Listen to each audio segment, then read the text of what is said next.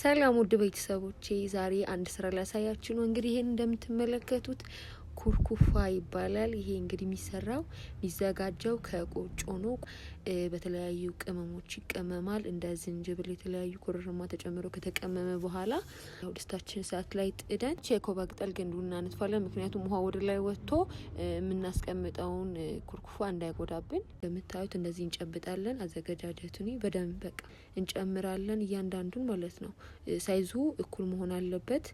ያው በጣም ውሃው ከፈላ በኋላ ነው የሚጨመረው።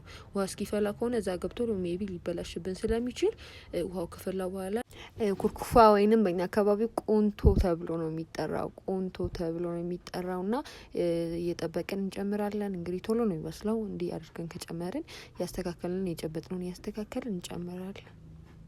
ያያችሁት ነው እንዴት እንደሚያምር። ባይዜ ብዙ ጊዜ የረጅም ጊዜ መቀመጥ አቅም አለው። ቆጮ የትም አካባቢ ቢሆን ቶሎ የመበላሸት እድል የለውም። ብዙ ጊዜ ብዙ ቀን የመቆየት አቅም አለው ማለት ነው። ለመብላት በቃ የሚዘጋጀው ከቂጣ ከቆጮ ቂጣ ወይም ከበቆሎ ቂጣ አጠገብ የሚቀመጠው ይሄ ነው ማለት ነው።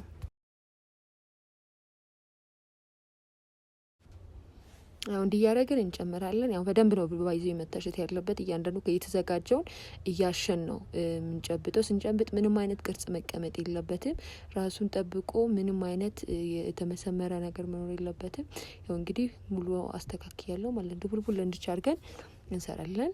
ያው ተመልከቱ እንዴት እንደሚያምር በእጃችን ሳይዝ ማለት ነው። በእጃችን ሳይዝ እኩል አድርገን እንሰራለን። የእጃችን ሳይዝ ጠብቀን ማለት ነው።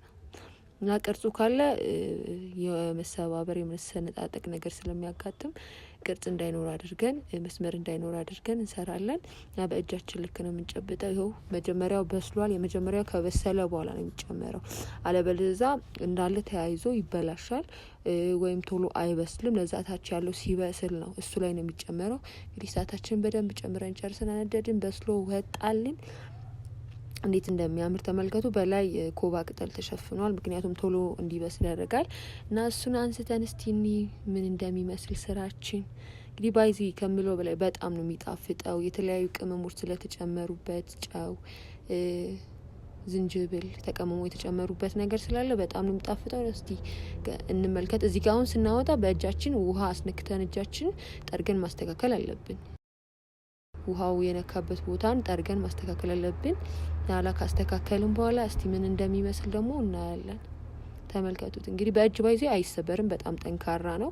በቢላ ነው የሚቆርጠው። በቢላ እንቆርሰውና እስቲ ውስጡ ደግሞ ምን እንደሚመስል እንዴት እንደሚያምር በቃ በስጋ ለመብላት በቃ አሪፍ፣ በወተት ለመብላት ምቹ አማራጭ ነው።